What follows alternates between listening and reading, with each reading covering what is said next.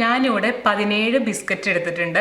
ഞാനിപ്പോൾ നാട്ടിലൊക്കെ കിട്ടുന്ന മാരി ബിസ്ക്കറ്റ് ഇല്ലേ, അത് എയറോറൂട്ട് ബിസ്ക്കറ്റ്, അതാണ് എടുത്തിരിക്കണേ. പക്ഷെ അതന്നെ എടുക്കണമെന്നൊന്നുമില്ല. ഇപ്പം നിങ്ങൾക്ക് പാർലിജയുടെ ബിസ്ക്കറ്റ് ഉണ്ടെങ്കിൽ അത് എടുക്കാം. ഏതെങ്കിലും ടൈപ്പ് മിൽക്ക് ബിസ്ക്കറ്റ് നിങ്ങൾക്ക് എടുക്കാവുന്നതാണ് കേട്ടോ.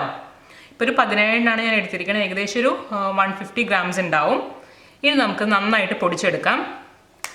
ആദ്യം ഒന്ന് ഇങ്ങനെ കട്ട് ചെയ്തിട്ട് നമുക്ക് പൊടിക്കാം. അപ്പം മിക്സിയിൽ പെട്ടെന്ന് പൊടിഞ്ഞ് കിട്ടും. ഇപ്പോൾ കണ്ടില്ലേ, ഞാൻ ബിസ്ക്കറ്റ് നന്നായിട്ട് നല്ല ഫൈനായിട്ട് പൊടിച്ചെടുത്തിട്ടുണ്ട്. മിക്സിയുടെ ഏറ്റവും ചെറിയ ജാറിൽ 1-2 പ്രാവശ്യമായിട്ടാണ് ഞാനത് പൊടിച്ചെടുത്തത്. നല്ല ഫൈനായിട്ട് വേണം പൊടിച്ചെടുക്കാൻ. ഇനി നമുക്കിതിലേക്ക് ഒരു 1/4 കപ്പ് ഡെസിക്കേറ്റഡ് കോക്കനട്ട് ചേർക്കാം. ഇതൊക്കെ നമുക്ക് സൂപ്പർ മാർക്കറ്റ്സിൽ ഇപ്പോൾ കിട്ടും.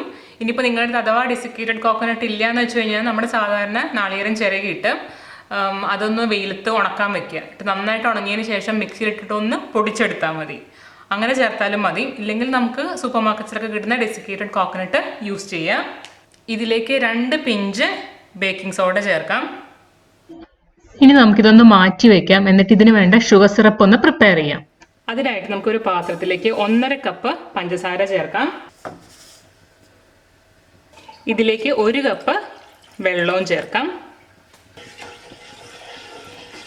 ഇനി നമുക്കൊരു മീഡിയം ഫ്ലെയിമിൽ വെച്ചിട്ട് ഈ പഞ്ചസാരയൊക്കെ നന്നായിട്ടൊന്ന് മെൽറ്റായിട്ട് ഒന്ന് തിളയ്ക്കാൻ തുടങ്ങും.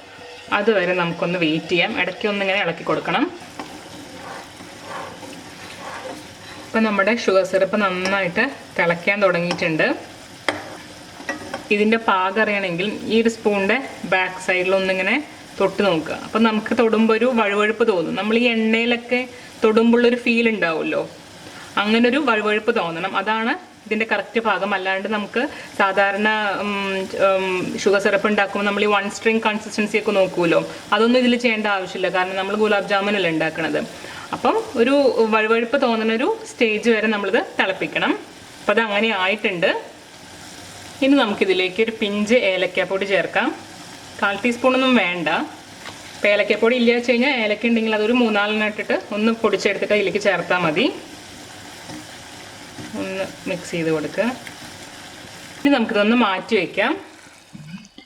ഇവിടെ നമ്മുടെ ഈ പൊടിയിലേക്ക് നമുക്കിനി ആവശ്യത്തിന് പാല് ചേർക്കാം. എന്നിട്ട് ഇതൊന്ന് കുഴച്ചെടുക്കാം. അപ്പം ഞാനിപ്പോൾ ഒരു 1/4 കപ്പ് പാലാണ് ചേർത്തിരിക്കുന്നത്. പിന്നെ ആവശ്യമുണ്ടെങ്കിൽ നമുക്ക് പിന്നെ ചേർക്കാം. ഞാൻ ഇതിലേക്ക് ഒരു 5-6 ടേബിൾ സ്പൂൺ പാലും കൂടി ചേർക്കുന്നുണ്ട് ഇപ്പോൾ. ഇനി നമുക്ക് നന്നായിട്ടൊന്ന് കുഴച്ചെടുക്കാം. നമ്മൾ കുഴയ്ക്കുമ്പോൾ ശ്രദ്ധിക്കണം, ഒരുപാട് ബലം കൊടുത്തിട്ട് കുഴയ്ക്കരുത്. നല്ല സോഫ്റ്റ് ആയിട്ട് വേണം കുഴച്ചെടുക്കാനായിട്ട്. ഇല്ലെങ്കിൽ നമ്മുടെ ഗുലാബ് ജാമുൻസ് ഒക്കെ ഭയങ്കര ഹാർഡായി പോവും. അതൊന്ന് ശ്രദ്ധിക്കണേ. നിങ്ങൾക്ക് കുഴയ്ക്കുമ്പോൾ ഡോ ഭയങ്കര ഡ്രൈ ആയിട്ട് തോന്നുവാണെങ്കിൽ കുറച്ചും കൂടി പാല് ചേർത്തിട്ട് കുഴച്ചെടുക്കുക കേട്ടോ. ഡ്രൈ ആവാൻ പാടില്ല നമ്മുടെ ഡോ. ഇപ്പൊ ഞാനത് കുഴച്ചെടുത്തിട്ടുണ്ട്. നല്ല സോഫ്റ്റ് ആയിട്ടുള്ള ഒരു ഡോ ആണ് നമുക്ക് വേണ്ടത്. എന്ന് വെച്ച് വല്ലാണ്ട് അതിനിട്ടിട്ടങ്ങ് കുഴയ്ക്കാനും പാടില്ല കേട്ടോ. കണ്ടോ, ഇതുപോലെ നല്ല സ്മൂത്ത് ആയിരിക്കണം നമ്മുടെ ഡോ. ഇനി നമ്മൾ ചെയ്യേണ്ടത്, ഞാനൊരു ചെറിയൊരു ബൗളിൽ ഇത്തിരി എണ്ണ എടുത്തിട്ടുണ്ട്. നമ്മുടെ കൈ ഒന്ന് എണ്ണ വെച്ചിട്ടൊന്ന് തടവാം. എന്നിട്ട് നമുക്കിതിൽ നിന്ന് കുറച്ചെടുത്തിട്ട് നമുക്ക് എത്രയ്ക്ക് വലിപ്പം വേണോ അത്രയ്ക്ക് വലിപ്പത്തിലുള്ള ബോൾസ് ഉണ്ടാക്കാം.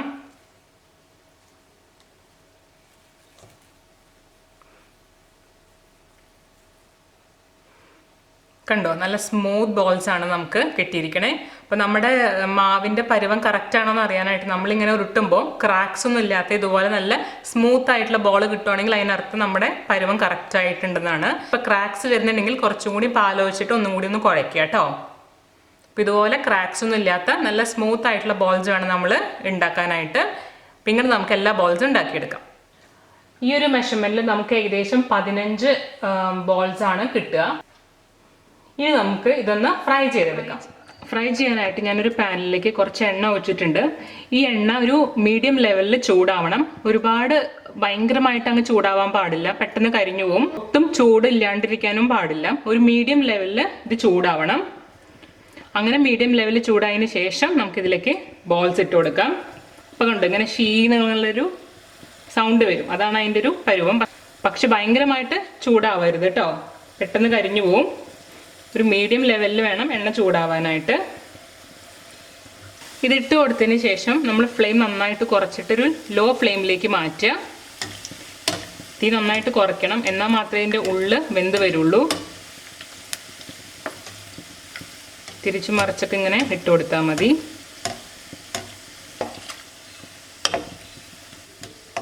അപ്പം നമ്മുടെ ബോൾസൊക്കെ ഇങ്ങനെ കണ്ടോ ചെറിയൊരു ലൈറ്റ് ഗോൾഡൻ ആയിട്ട് വരുന്നുണ്ട്.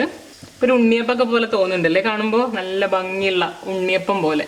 ഇപ്പം ബിസ്ക്കറ്റൊക്കെ എല്ലാവരുടെയും വീട്ടിൽ ഉണ്ടാവണമല്ലേ, അപ്പോൾ നമുക്ക് പെട്ടെന്ന് ഉണ്ടാക്കാൻ പറ്റുന്ന ഒരു സ്വീറ്റ് ഡിഷാണ്. കുട്ടികൾക്കൊക്കെ നല്ല ഇഷ്ടമാവുകയും ചെയ്ത്. അപ്പം ഇത്രയ്ക്കും ഫ്രൈ ആയാൽ മതി നമുക്ക്.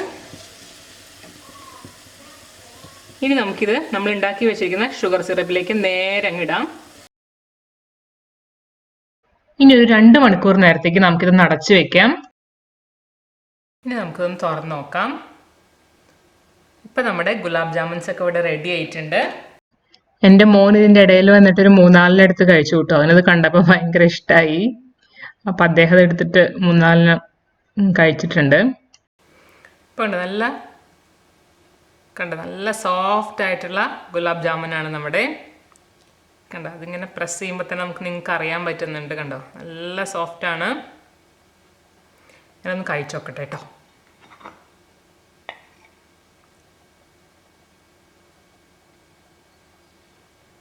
ഭയങ്കര സോഫ്റ്റാണ് കേട്ടോ, നല്ല സോഫ്റ്റാണ്.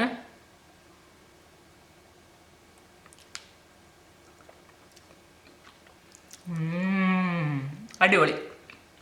ഇപ്പം നമ്മളിത് കണ്ടു കഴിഞ്ഞാൽ ബിസ്ക്കറ്റ് കൊണ്ട് ഉണ്ടാക്കിയ ഗുലാബ് ജാമുനാന്ന് പറയുപോലുമില്ല. നല്ല സ്വാദുണ്ട്. പിന്നെ ഒരു കാര്യം പറയാൻ ഞാൻ വിട്ടുപോയി. നമ്മൾ ഗുലാബ് ജാമുൻസ് ഷുഗർ സിറപ്പിലേക്ക് ഇട്ട് വെക്കേണ്ടല്ലോ 2 മണിക്കൂർ. അപ്പം ഷുഗർ സിറപ്പ് നല്ല വാം ആയിട്ടിരിക്കണം, എന്നാൽ മാത്രമേ നമ്മുടെ ജാമുൻസ് ഭയങ്കര സോഫ്റ്റ് ആവുള്ളൂ. ഇപ്പം ഷുഗർ സിറപ്പിന്റെ ചൂട് കുറഞ്ഞെന്ന് തോന്നുകയാണെങ്കിൽ ഒന്ന് ചൂടാക്കുക കേട്ടോ ഷുഗർ സിറപ്പ്. അതിന് ശേഷം വേണം നമ്മൾ ഈ ഫ്രൈ ചെയ്ത ഗുലാബ് ജാമുൻസ് അതിലേക്ക് 2 മണിക്കൂർ ഇട്ട് വെക്കാനായിട്ട് കേട്ടോ. ഇത് ഫ്രിഡ്ജിൽ ഒരു 4-5 ദിവസമൊക്കെ ഇരിക്കും. അതിക്കുള്ളിൽ ഞാൻ ആക്ച്വലി വെച്ച് നോക്കിയിട്ടില്ല, അപ്പം എനിക്കറിയില്ല. പിന്നെ നമ്മൾ ഫ്രിഡ്ജിൽ നിന്ന് എടുത്ത് കഴിക്കുമ്പോൾ വേണമെങ്കിൽ മൈക്രോവേവിൽ ഒരു 30 സെക്കൻഡ് വെച്ചൊന്ന് ചൂടാക്കാം. അപ്പം നല്ല വാം ആയിട്ട് ഇരിക്കുകയും ചെയ്യും, ഒന്നും കൂടി സോഫ്റ്റ് ആവുകയും ചെയ്യും കേട്ടോ. ഞാൻ ഈ വീഡിയോയിൽ പറഞ്ഞിട്ടുള്ള കുറച്ച് ടിപ്സ് നിങ്ങളൊന്ന് ഫോളോ ചെയ്ത് കഴിഞ്ഞാൽ നിങ്ങൾക്ക് നല്ല സോഫ്റ്റ് ആയിട്ടുള്ള ഗുലാബ് ജാമുൻസ് ഉണ്ടാക്കാൻ പറ്റും. വളരെ ഈസിയാണ് ഉണ്ടാക്കാനായിട്ട്. അപ്പം എല്ലാവരും ഇത് ഉണ്ടാക്കി നോക്കണം. എന്നിട്ട് നിങ്ങളുടെ ഫീഡ്ബാക്ക് എന്നെ അറിയിക്കാനും മറക്കരുത്. അപ്പം നമുക്ക് അടുത്ത ആഴ്ച മറ്റൊരു അടിപൊളി ഡിഷുമായിട്ട് വീണ്ടും കാണാം. അതുവരേക്കും bye bye.